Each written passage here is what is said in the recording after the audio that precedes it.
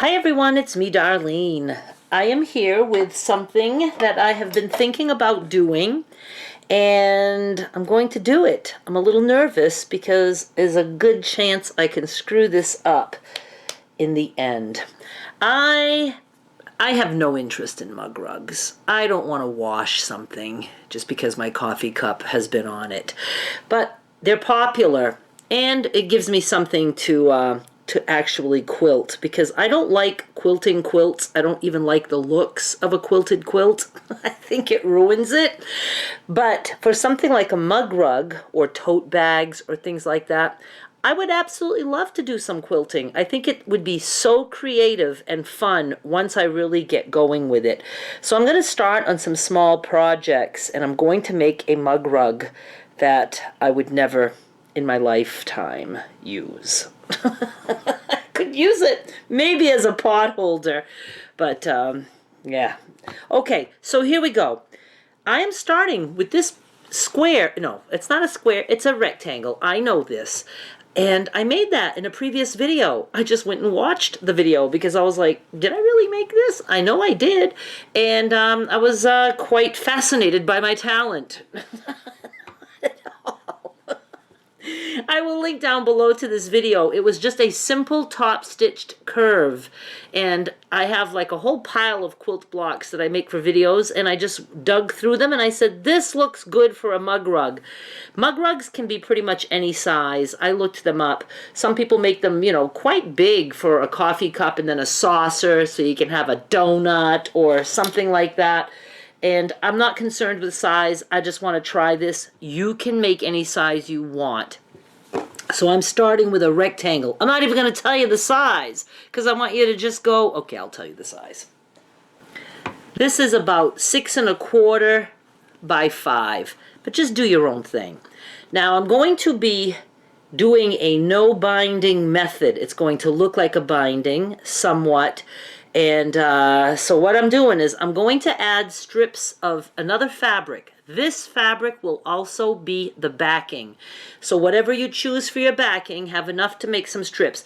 You can have them like 1 inch. I cut mine 1 1/4 inches. And I'm just going to start by adding a strip to each side.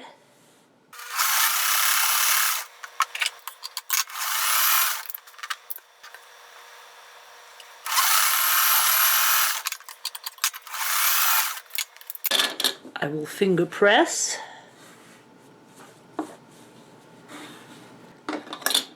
I can just trim right here. I'm good like that. And now I will add a strip to the top and bottom.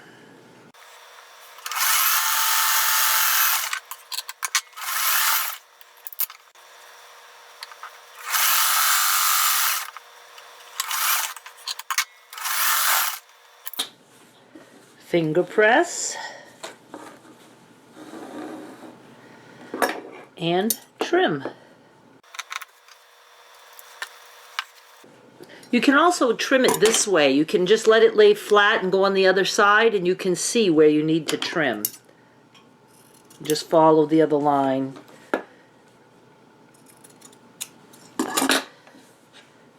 Now I'm going to go press this, and I'm going to cut a piece out of this print the exact size as this is.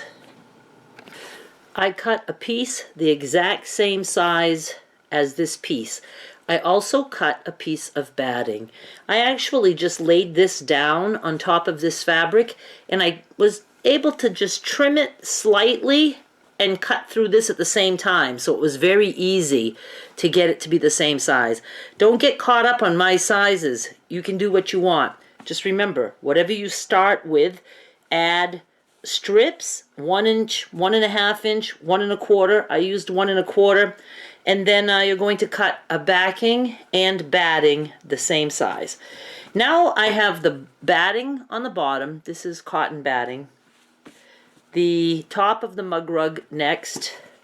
And then this is, you know, right side up, and this is going right side down. And we're going to go almost all the way around. We need to leave an opening to turn this baby. So I'm going to hop on right here. Did a little back stitch there so it'll be easy to turn it. And now I'm just going to go all the way around. And if you want to just go right off the edge, you can. You can go right off and then turn and then start back up. I usually just stop. I can tell with my eyeballs that I'm about 1/4 of an inch away from the corner.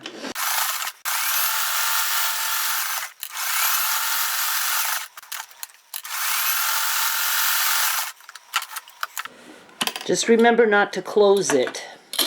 I usually put a pin so I remember not to close it. And again, I can come right off it, and then that will reinforce it for when I turn. You can snip the little corners if you want, just don't get your stitches. And now I'm going to turn this.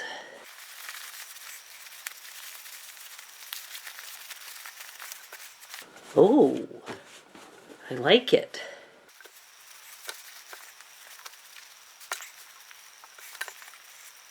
And now I just need to close it.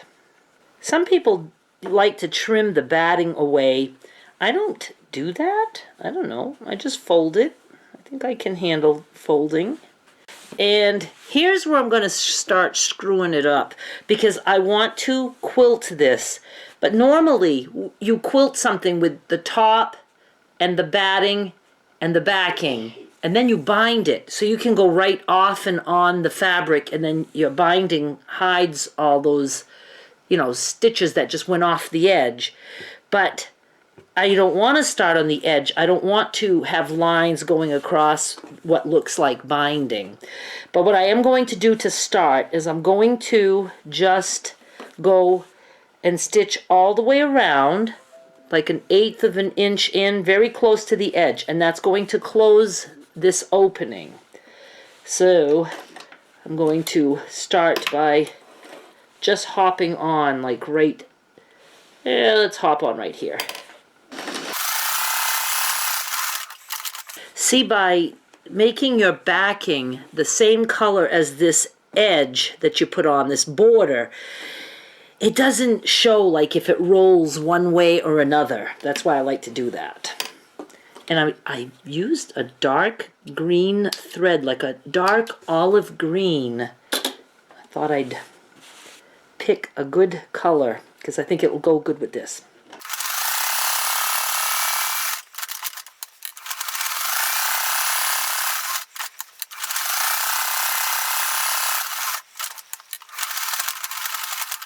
This is where I'm nervous. I don't like stitching in the ditch because it's very hard to get it exactly in the ditch, and it shows. Now I think on a huge quilt, that doesn't matter. Nobody's going to be like, this close to your quilt. A mug rug is right there on the table. I don't know. Maybe I'm just fussy in that way. I just like stuff that's more freeing and that I don't have to be very accurate. So if anything, I could stitch on each side of the ditch if I wanted to. But what I want to do is I want to echo this curve. But my tricky thing is that I have to start here inside the border and stop. And I'm going to be forced to stitch this way. There's a word for that, and I can't remember. I'm just going to say I'm going to have to travel in this ditch to get up here to do my next, and then the same. Let's just try that. Now, I did a little back stitch there. I'm not going to cut my thread. I'm just going to make it loose. I don't know if that's an actual technique. And I could run my foot right along this curve, but I don't want the stitching that close together. So I'm just going to take a chance here and, just try to pretend. Oh, can I do this? I don't know what I'm doing. I'm worried. Yeah, I can do this. So I'm just going to try to stay the same distance away from this curve. I'm going to go a little bit slower. You'll see it in faster speed. I wonder if I should, right there, I'm going to go back 2 stitches by hand. All right.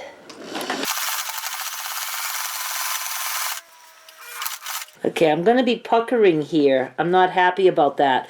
I know I could solve that problem with a walking foot. I hate a walking foot. I don't like that big clunky thing in my way. Again, I just want to remind you guys that I've not done anything like this. I'm just trying it. We have to be willing to try things or we will never know how to do anything. So I'm thinking now that I want to go, I could turn and go this way. I think I'll do that. Let's do that. I'm going to stitch in that frigging ditch. Now I'm going to just turn it and see. I want to be about the same distance away from that line. I did a pretty good job. When you see it, you'll know what I mean. I think I need one more stitch in this direction. I'm going to do it by hand. Everything's in my way. I'm so nervous. Now I'm going to, again, just echo that curve. So fun! All right. I got better. Now, again, I'm stitching in the ditch.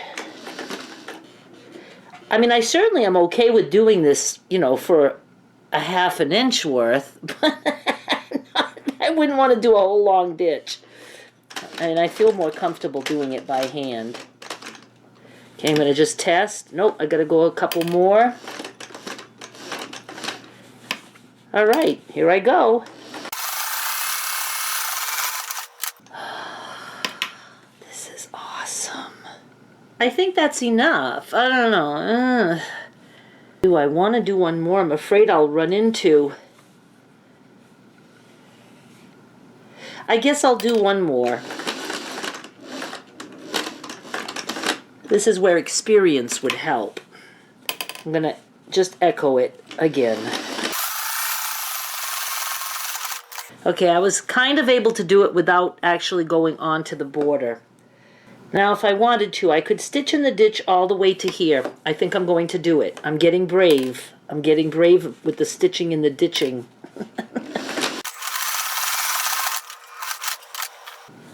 I did a pretty good job again.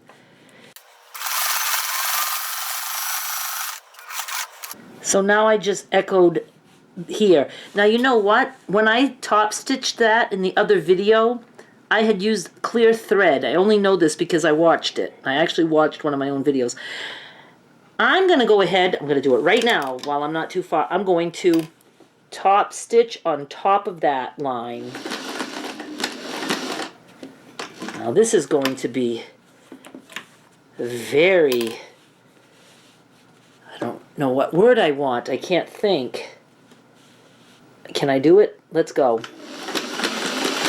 I don't even have the right glasses on. Ah. I have glasses for when I need my face to be 3 inches from my project. A challenge. That's the word I wanted. This is going to be a challenge. Okay, the very good thing about that is the original thread was clear, so it didn't matter if I didn't hit it each time, but I did a good job. Now the green shows up more here than there, and I did it because it looked like it was spaced too far apart because that clear thread didn't really show at all. Okay, I'm going to stitch in the ditch now, and I'm going to echo some more on this side. Look how much faster I'm getting.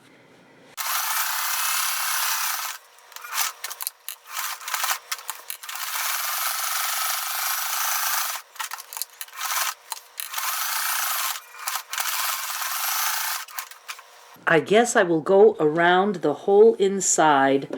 I don't think I'm going to stitch in the ditch. I think I will like a line on the top of this because I have it here on the edge, so I'm going to hop on and I'm going to go all around the border about 1/8 of an inch in.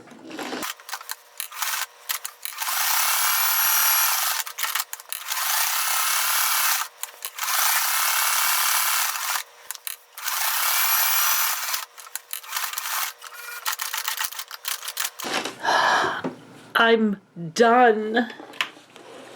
Oh my God, I didn't even remember that we have to look at the back. I used the same color for the bobbin. Oh, I might really want to start doing some quilting things. But see, well, you know, this is very quilted. Would a quilt feel this stiff? I mean, this is like a plate. That's why I don't like it. And I think when I see quilted lines on a quilt, I think stiff. I don't know. I've seen people, you know, quilt things that close together. Who wants a blanket like that?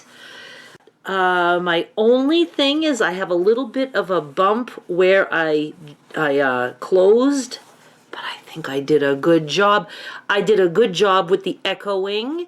I liked that part. Let's look at the back together. Oh my goodness. You guys, I'm very happy with this. I don't think I can put this on eBay. This would actually be enough of a pot holder for me. I hope you learned something. Now, did I say, you know, you don't have to have a fancy, this isn't fancy, it was just a curve. You can just start with a, you know, a rectangle of fabric or a square for whatever you're making. And then just finish it like I finished it. And I like the way it looks, like it has, you know, binding around it. And I like that I used a 1.5-inch strip. All right, I am going to go show this to my mother, and then I am going to take a few pictures, and I will not be putting it on eBay. Sorry. But go check my eBay anyway. I have other things there. Thank you so much for watching. Bye.